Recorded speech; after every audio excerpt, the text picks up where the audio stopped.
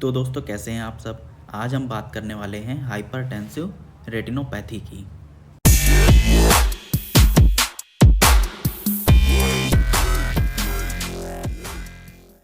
तो दोस्तों यहाँ पे जो लिखा हुआ है हाइपरटेंसिव रेटिनोपैथी, ये जो आप ये हेडिंग देख रहे हैं, यहीं से एक बात हमको ये समझ में आ ही जाती है कि हाइपरटेंसिव का मतलब होता है ये रिलेट आप कर सकते हैं उससे बीपी से, ब्लड प्रेशर, है ना।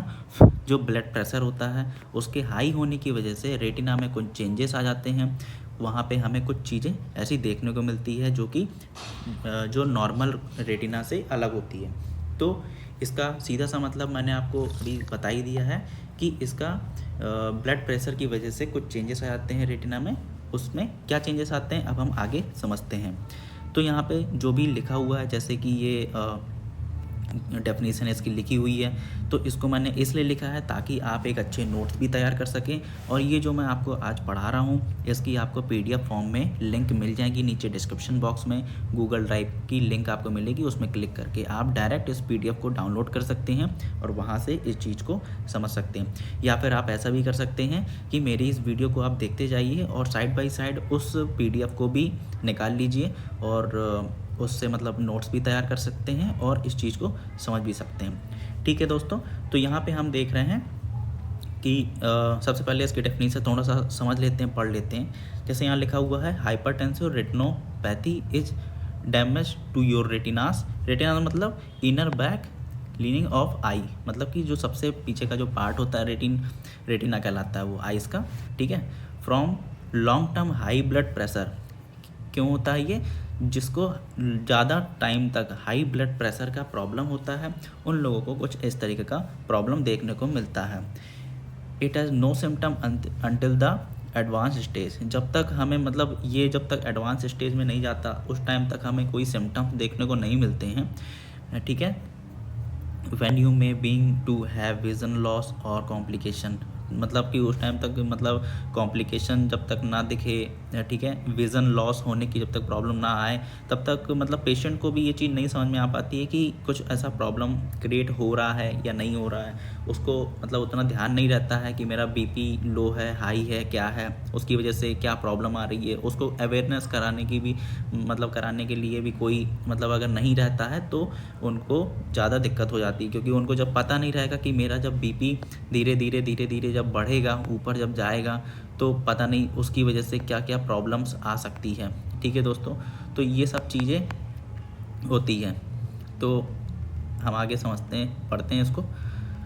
तो यहाँ पे लिखा हुआ है keeping your blood pressure at a healthy level through life style changes and medication can help you prevent this condition. यहाँ पे जो लिखा हुआ है कि हेल्दी लाइफ स्टाइल को मतलब थोड़ा सा हेल्दी करना पड़ चाहिए। ब्लड प्रेशर का प्रॉब्लम अगर होता है तो उसको ब्लड प्रेशर को कंट्रोल करना चाहिए। और कुछ मेडिकेशंस हैं तो वो आगे समझेंगे कि क्या मेडिकेशंस है जिसकी वजह से हम इस चीज़ को थोड़ा सा कंट्रोल कर सकते हैं, इस कंडीशन को।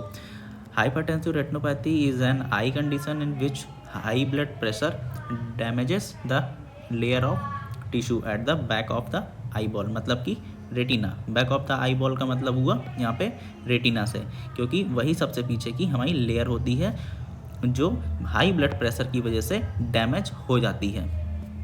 ठीक है, high blood pressure mean blood is pushing with more force. अब देखो इसका मतलब सिंपल सा है। हाई ब्लड प्रेशर जब देखो, जैसे मान लीजिए ये आई है, ठीक है, अब ब्लड प्रेशर जब बढ़ता है तो यहाँ से मतलब कि प्रेशर पड़ता है आइस में, जो यहाँ पे फ्लूइड भरा होता है, ठीक है, जिसको विट्रस ह्यूमर बोलते हैं। अब यहाँ से जब प्रेशर पड़ेगा तो रेटिना पे लोड आएगा ज़्यादा। जब रेटिना पे लोड आएगा तो उसमें कुछ कॉम्प्लिकेशन देखने को मिलते हैं, कुछ प्रॉब्लम क्रिएट हो जाती है, वो चीज़ें देखने को मिलती है। ठीक है दोस्तों, तो मतलब यहाँ पे सिंपल सा ये है कि अगर ऐसी कोई कंडीशन बनती है तो सिंपल है कि हमें अपना बीपी कंट्रोल में रखना चाहिए, उसकी मेडिकेशन चलाना चाहिए। यहाँ पे मैं आपको एक इमेज भी दिखा देता हूँ यहाँ पे रेटिनोपैथी की। यहाँ पे आप देख पा रहे होंगे इस साइड जो बनी हुई है ये एक नॉर्मल आई है जो कि हेल्दी आई है, ठीक। और यहाँ पे जो बना हुआ है ये एक आई विद रेटिनोपैथी। ये जो रेटिनोपैथी है ये इस तरीके की हो जाती है। आप यहाँ पे देख पा रहे होंगे दोस्तों कि जो हमारी नॉर्मल आई है वो कितनी मतलब क्लियर है, कोई इसमें प्रॉब्लम नहीं है। बट आप यहाँ पे जो देख पा रहे होंगे, तो यहाँ पे आपको ये जो छोटे छोटे ये जो दिख रहा है ना हैमरेज, यहाँ पे हैमरेज आपको कई जगह यहाँ पे दिख रहे हैं, कुछ येलो पैचेस भी आपको यहाँ पे दिख रहे होंगे छोटे छोटे, है ना।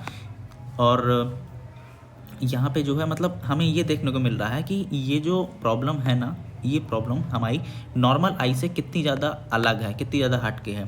हम पहले रेटिना का एग्जामिनेशन और उसका हिस्ट्री जानते हैं, उस हिस्ट्री के अकॉर्डिंग ही और रेटिना के एग्जामिनेशन के अकॉर्डिंग ही हम ये तय करते हैं कि ये क्या प्रॉब्लम हुई है। ठीक है दोस्तों, तो अब हम आगे बढ़ते हैं। How common in this condition, मतलब किन लोगों को, मतलब कॉमनली किन लोगों में ये चीज़ पाई जाती है। तो यहाँ पे लिखा हुआ है कि सीधे सीधे मैं बता देता हूँ, एडल्ट्स ओवर एज 40, ठीक है। तो यहाँ पे सिंपल सा हमें ये समझ में आ रहा है कि जो 40 की उम्र, जो 40 की उम्र होती है उसके ऊपर वाले जो एज होते हैं, उसमें उन लोगों में ये प्रॉब्लम कॉमनली पाई जाती है। क्यों पाई जाती है? क्योंकि अब जैसे जिनकी एज ज़्यादा हो जाती है तो उन्हीं में, ठीक है, उन्हीं में क्या होता है, बीपी की प्रॉब्लम क्रिएट होना शुरू हो जाती है, ठीक है। और शुगर जो होता है, डायबिटीज़, उसकी प्रॉब्लम होना शुरू हो जाती है, ठीक है। तो ये सब चीज़ें जो है 40 की एज जब क्रॉस हो जाती है तो उन लोगों में ये चीज़ ज़्यादा, मतलब ज़्यादा पाई जाती है। ऐसा नहीं कह रहा हूँ कि उसके नीचे हो नहीं सकता है, बिल्कुल हो सकता है, कुछ भी हो सकता है, लेकिन ज़्यादातर हमें 40 के ऊपर ही हमें देखने को मिलता है। तो दोस्तों यहाँ पे हम आगे बढ़ते हैं, symptoms and causes. What are the symptoms of hypertensive retinopathy? Most common have no symptoms, मतलब कि यहाँ पे हमें जल्दी कोई सिम्टम्स देखने को नहीं मिलते हैं। मैं एक बात आपको बता दूँ, जो सिम्टम्स होते हैं ना, सिम्टम्स वो चीज़ होती है जो पेशेंट हमें बताता है, और साइन वो चीज़ होती है जो हम जज करते हैं, हम देखते हैं, हम जो एग्जामिनेशन करते हैं उसके बाद जो हम बताते हैं वो साइन होता है, और जो पेशेंट हमें बताता है वो सिम्टम होता है। ठीक है दोस्तों, तो यहाँ पे हमें क्या देखने को मिल रहा है, मतलब कि यहाँ पे ज़्यादा कुछ सिम्टम्स हमें देखने को नहीं मिल पाते हैं जब तक कि सीवियर केसेस ना हो जाए।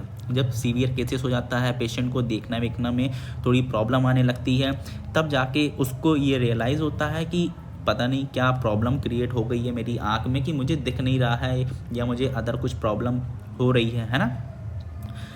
उसके बाद हम समझते हैं व्हाट कॉजेज हाइपरटेंसिव रेटिनोपैथी। ठीक है, क्या क्या कॉजेज़ हो सकते हैं, उनमें से कुछ कॉजेज़ को हम लोग यहाँ पे नोटिस करते हैं। हाई ब्लड प्रेशर सबसे पहला, ठीक है, हाई ब्लड प्रेशर, ठीक है। उसके बाद hypertensive retinopathy, rise pressure in your retina blood, मतलब देखो यहाँ पे ना सिंपल सा बोला जा रहा है ये कि जो हाइपरटेंसिव रेटिनोपैथी है उसमें हाई ब्लड प्रेशर की वजह से रेटिना पे जो प्रेशर पड़ता है, रेटिना के वेसल्स में, वॉल्स में जो प्रेशर पड़ता है उसकी वजह से ये प्रॉब्लम क्रिएट होती है। ये जो पूरा डेफिनेशन लिखी हुई है, इनमें से कुछ पॉइंट आप निकाल के जो है अपने एक अच्छे नोट्स बना सकते हैं। ठीक है, ये हो गया कॉजेज़ की, किन कॉजेज़ की वजह से ये हो सकता है। अब रिस्क फैक्टर समझ लेते हैं कि किन चीज़ों की वजह से ये प्रॉब्लम और ज़्यादा बढ़ सकती है। ठीक है दोस्तों, तो यहाँ पे आप देख पा रहे होंगे what are the risk factor for this condition.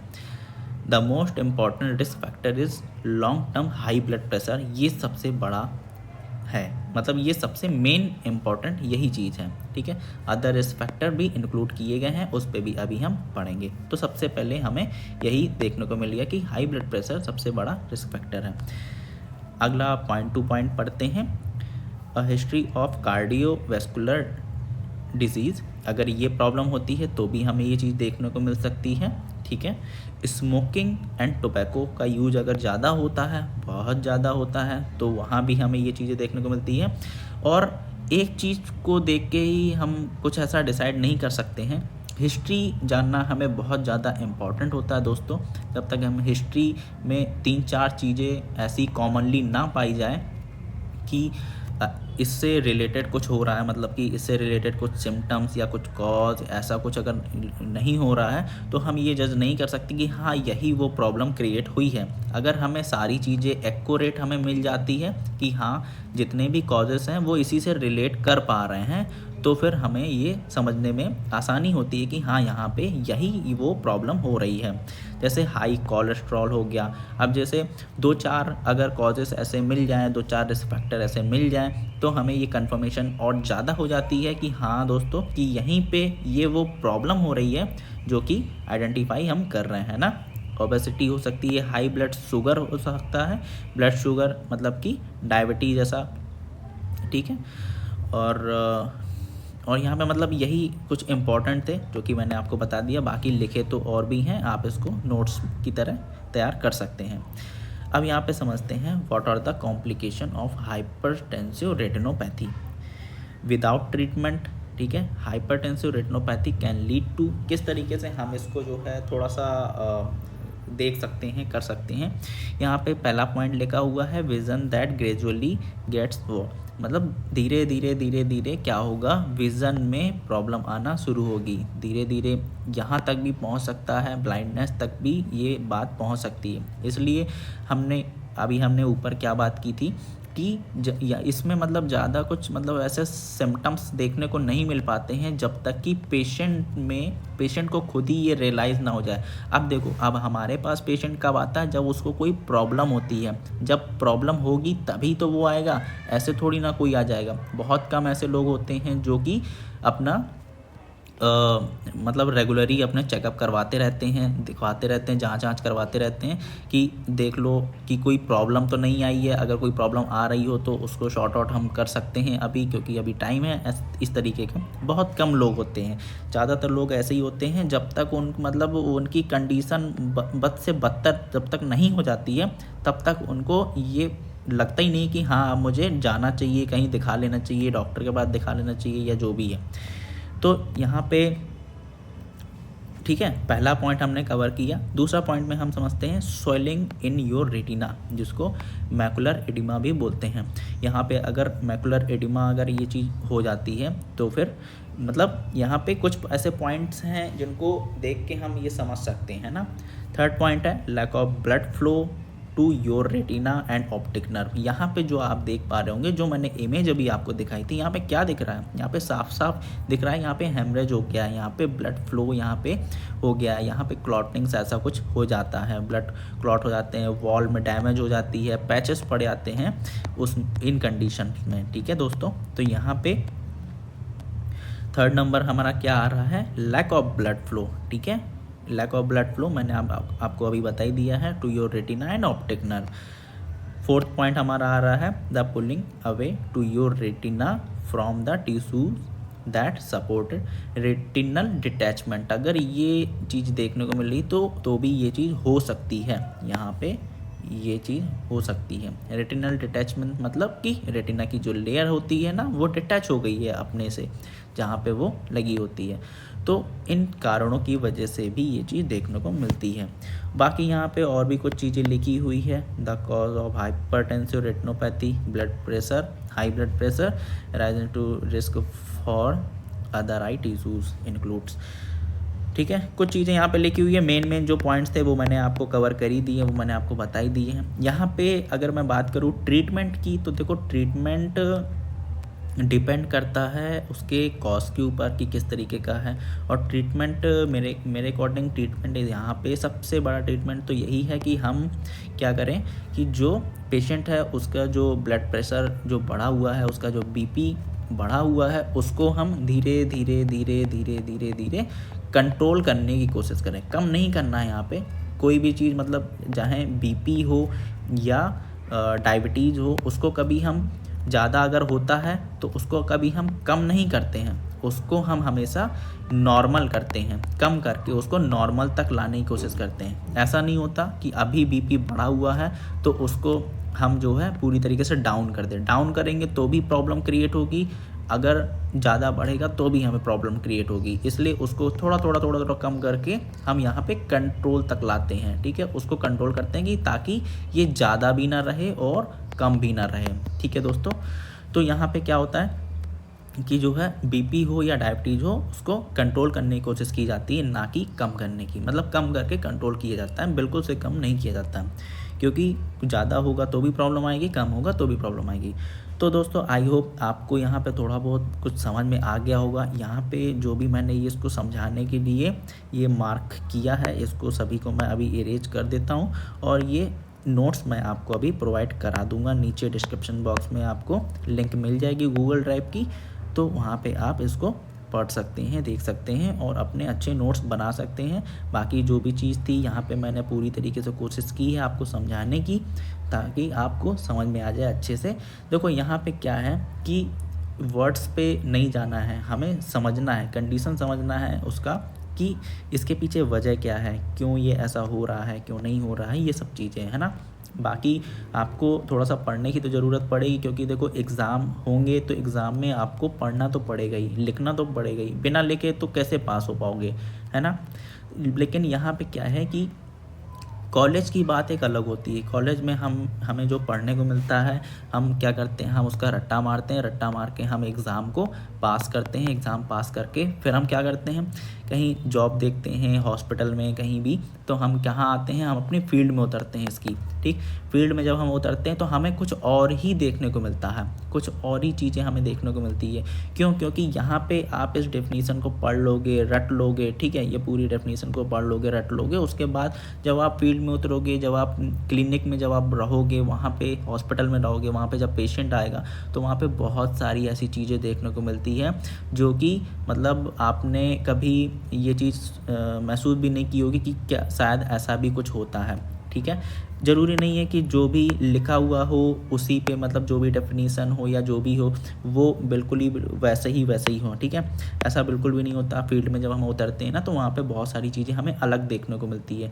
तो हमें अपने एक्सपीरियंस के बेस में काम करना होता है, ना कि रट्टा तोता रट्टू, मतलब रटने से काम नहीं होता है। यहाँ पे धीरे धीरे जब आप चीज़ों को, पेशेंट को देखेंगे, उन पे एक्सपीरियंस करेंगे, कई सारी डिसीज़ों को लेके, कई सारी ट्रीटमेंट जब आप करते जाएंगे तो आपको भी उसका रिज़ल्ट देखने को मिलेगा कि हाँ यहाँ पे ये चीज़ काम करती है, यहाँ पे ये चीज़ काम करती है, यहाँ पे ये चीज़ काम करती है। इस तरीके से मतलब कहने का ये है कि जब तक आपको एक्सपीरियंस नहीं होगा चीज़ों का, तब तक आप पूरी तरीके से उस चीज़ को नहीं समझ पाएंगे। तो दोस्तों आई होप आपको इस वीडियो से बहुत सारी चीज़ें समझने को, सीखने को मिली होगी। आज मैंने कवर किया था हाइपरटेंसिव रेटिनोपैथी, ये इसलिए क्योंकि मुझे एक कमेंट आया था भैया का, जो भी थे वो, तो उन्होंने कमेंट किया था, तो इसलिए मैंने वो इस टॉपिक को कवर करने की यहाँ पे कोशिश की है। अगर आपको और भी ऑप्टोमेट्री से रिलेटेड कोई भी प्रॉब्लम आ रहा हो, किसी चीज़ को समझना हो, पढ़ना हो, तो आप बेशक मुझे कमेंट कर सकते हैं। मैं उस पर वीडियो जल्दी से जल्दी बनाने की कोशिश करूँगा और आप तक पहुँचाने की कोशिश करूँगा, ताकि आपको वो टॉपिक क्लियर कवर हो जाए। दोस्तों मैं पूरी अपनी तरफ से पूरी कोशिश करता हूँ आपको समझाने पढ़ाने की। तो दोस्तों कि थोड़ा सा तो सपोर्ट दिखा दो, आप भी थोड़ा सा लाइक वाइक कर दिया करो दोस्तों। अगर चैनल में अगर आप नए हैं तो चैनल को सब्सक्राइब कर दिया करिए, क्योंकि मैं ऐसे ही रोज़ाना डेली वीडियो लाता रहूँगा आपके लिए ऑप्टोमेट्री से रिलेटेड। अगर आपने वीडियो को लाइक नहीं किया तो लाइक कर दीजिए, चैनल को सब्सक्राइब नहीं किया तो कर दीजिए। मैं मिलता हूँ आपसे अगली किसी नेक्स्ट टॉपिक के साथ में, तब तक के लिए दोस्तों थैंक्स फॉर द वॉचिंग।